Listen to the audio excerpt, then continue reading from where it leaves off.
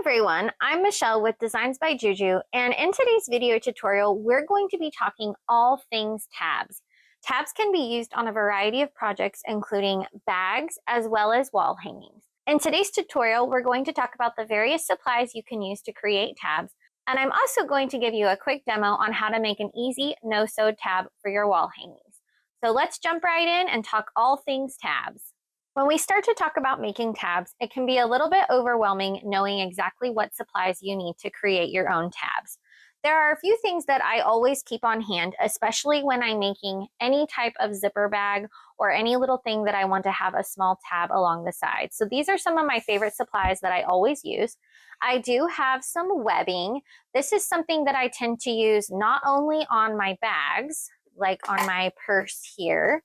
I used webbing along the sides here for these tabs, but you also can use webbing on wall hangings. I've done that many times as well. The benefit of using webbing is it's very sturdy and supportive, and it holds a D-ring easily.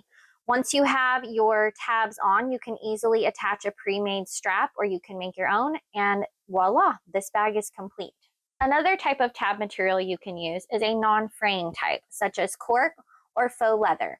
Both of these provide excellent support as well as a finished look because they don't fray along the edges. So you can cut them to the size they're needed, and then you would sew them in just as you would a traditional tab. I just have mine clipped here on my D-ring to show you how that can look. So both cork and faux leather are great options for tabs. I also will use elastic when I'm adding simple little tabs, such as on this cute little heart bag that I made, the little zipper bag, the striped heart zipper bag. This one I used ribbon, but you can definitely use elastic as well. Both of those are great options when you're attaching just a cute little D-ring here like I did on this project. The elastic is great if you're going to be using it on a project that's going to need to move freely. This ribbon just adds a fun decorative element as well. So elastic and ribbon are both great and affordable options for adding tabs. In addition to a variety of tab materials, I also like to keep some hardware on hand. Both of these styles are different D-rings. This size is a 1-inch D-ring, and then this one is a 1.5-inch D-ring. You can also get 1/2-inch D-rings, 2-inch D-rings, whatever you need for the type of tab that you want for your project. I also really like both of these options when I'm making simple keychains or bags. As you saw on my little zipper purse here, I did use the D-ring with a clasp. This allows me to attach it to like a purse or a backpack. And these ones serve a similar purpose. They're just plastic, so a little bit more kid-friendly. And again, you can just easily tuck your elastic or your ribbon through the little hole here.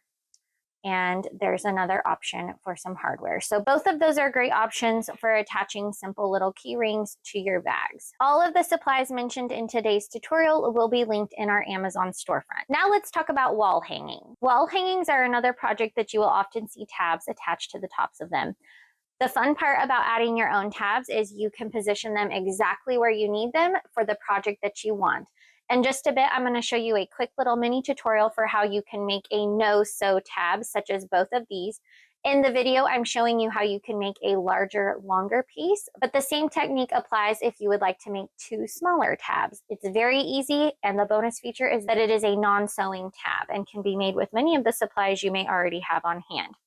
So as I stated earlier, you can definitely use webbing for your wall hangings. You can also use ribbon, or as you see in both of these wall hangings, I used coordinating fabrics. Fabric is something you may already have on hand. It is low cost, and again, you can do a very quick and easy tab with no sewing required. You can use these fabric tabs not only for the wall hangings, but you can also use them on your bags as shown earlier. Tabs may seem daunting, but they really don't have to be. All right, so now that we've talked about all of the supplies needed to make a tab, let's jump over to the tutorial portion where I will show you how to make an easy no-sew tab. So in this portion of the tutorial, I'm going to show you how you can add a tab onto the top of the brand new In the Hoop Serenity Prayer wall hanging. I have already selected my wall hanging piece here, so this is going to be what I'm using to hang my wall hanging, and I already have my fabric cut. So I went ahead and measured exactly to the wall hanging that I'm using. You will obviously want to measure the wall hanging that you're going to use and then cut your fabric according, but mine is about 8 inches by 4 inches. I have already given it a good press in half here. So I'm going to go ahead and set my wall hanging off to the side, and you're going to need some Steam-A-Seam. I find that using Steam-A-Seam is a great resource because it allows me to give this wall hanging a very good press without sewing these sides here. All right, so like I said, I have my fabric cut and it's about 4 inches by 8 inches. Again, that's just the size that I want for my wall hanging. And I'm going to go ahead and take my Steam-A-Seam here, and I'm going to place a piece on each side of my tab fabric here. Next, using my iron, I'm just going to heat that Steam-A-Seam on. And then I'm going to go ahead and remove the paper liner. Okay, so I have my Steam-A-Seam on both sides of my fabric here. And I'm just going to take 1/2 of this. I'm going to fold it over about 1/2 inch, like so. And I'm going to press it onto the Steam-A-Seam. Now you can measure this a lot more accurate if you want to. I just know what my measurements need to be for my wall hanging, and I can eyeball it since I've cut this fabric exactly to size. I'm going to repeat the exact same step on the other side. So again, just turn that little piece in about 1/2 inch and press the Steam-A-Seam closed. Next, I'm going to take my fabric and fold it so the right sides are facing out, wrong sides together, and I'm just going to repress that seam really good. Now that I have my tab pressed in half, I'm going to grab my wall hanging and I am going to measure where the center of my wall hanging is. Now this part will work if you're doing a wall hanging that has an envelope backing, or if you're going to reverse the backing through an opening you leave along the side. So that's what I'm going to do for this one. I'm going to attach my backing and leave an opening along the side.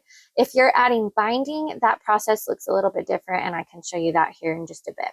Okay, so I've got my tab here, and I'm going to position the pressed seam facing in, and I'm going to measure where the center of my wall hanging is. And then I am either going to pin or clip this little tab in place. I'm going to use some sewing pins to secure mine. And when you go to pin it, decide how much of this tab you're going to want hanging out of the top. So once we secure our backing, it'll look something like this, which I think looks pretty good, but some people may want more, some people may want less. So really think about how much of that tab you want hanging out along the top. And then, like I said, grab your pins or clips and secure your tab in place. Okay, so next I'm going to go ahead and add my backing like I normally would. And I'm going to leave an opening along the side, just again like you normally would when you add your backing fabric. And then I'm going to flip my wall hanging through my opening, and we should have our little tab at the top of our project. And there we go. So I've just added my backing fabric and I flipped it through the opening I left on the side. So now all that's left to do is take my wall hanging and I'm going to slide it through. And there we go. Now I can hang my wall hanging wherever I would like it to go. You can add some embellishments like a bow or something else here, like a cute little charm, but this looks so pretty and it's good to go. So it's very easy. I have my finished sides because of my Steam-A-Seam, and it required no sewing for that portion. The only sewing required was to attach it to my actual wall hanging. So let me show you another option if you have binding.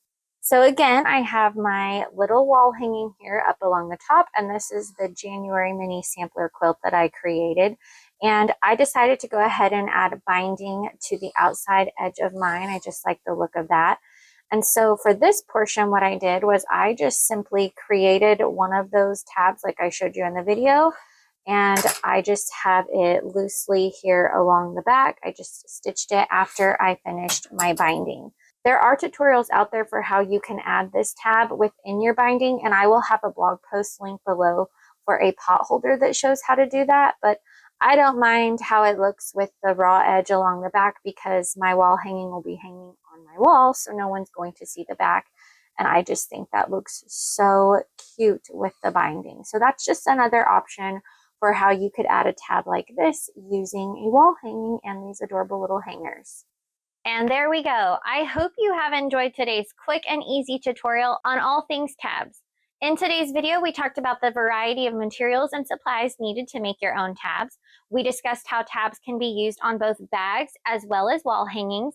And we also did a quick and easy tutorial for a no-sew tab that can be used on both of those types of projects. Don't forget to check the description box below for additional helpful links, as well as a link to our Amazon storefront where you can find all of these supplies and many more great products that we recommend. Also, make sure to join the Designs by JuJu Blessings Facebook group for more tips, tricks, and inspiration. We hope to see you soon. Don't forget to subscribe. Happy stitching!